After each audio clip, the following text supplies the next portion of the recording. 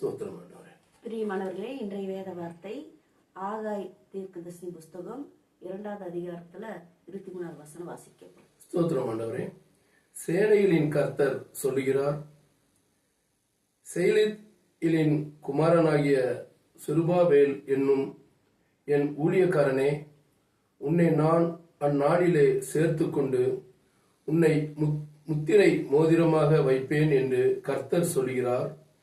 நான் உன்னை தெரிந்து கொண்டேன் என்று சேனைகளின் கர்த்தர் உரைக்கிறார் என்று சொல் என்றார். ஆமென்.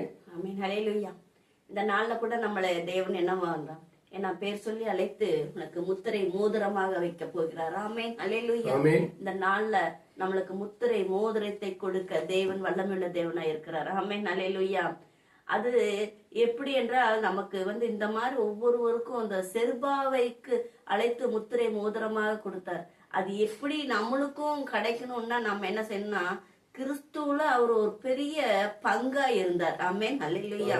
ஏன்னா அது போல நம்மளும் ஒரு பெரிய பங்காக இருக்கும்படிக்கு நம்ம சிந்தித்து செயல்பட வேண்டும். ஆமென். ஹல்லேலூயா. அவர் எதுல பங்கா இருந்தாருன்னா, ஆலயத்துல கட்டுகிற பணிகள்ல அவர் பெரிய ஒரு பங்கா இருந்தார். ஆமென். அல்லேலூயா.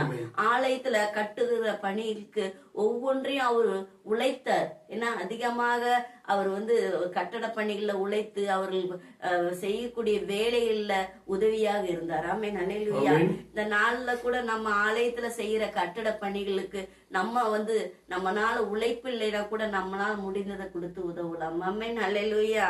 ஏன்னா இதனால இந்த காலை வேளையில கூட நம்மளை முத்திர மோதிரமாக நம்மளை வைக்க போகிறார். ஆமென். அல்லேலூயா. இந்த வாக்குத்தத்தத்தை பெற்றும் கொள்ளணும், சிந்திக்கவும் வேண்டும். ஏன்னா செருபா ஒரு முக்கியமான பொறுப்புல இருந்திருக்கார். அது போல நம்மளும் இந்த நாள்ல கிறிஸ்துவுல அவர் பெரிய பங்கா இருந்திருக்கார். அது போல நம்மளும் இந்த ஆலயத்துல செய்யற ஒவ்வொரு பணியிலும் நம்மளுக்கு ஒரு பங்கு இருக்கும் என்று நம்ம இன்றைக்கு நாள்ல கூட சிந்தித்து பார்க்கலாம். ஆமென்.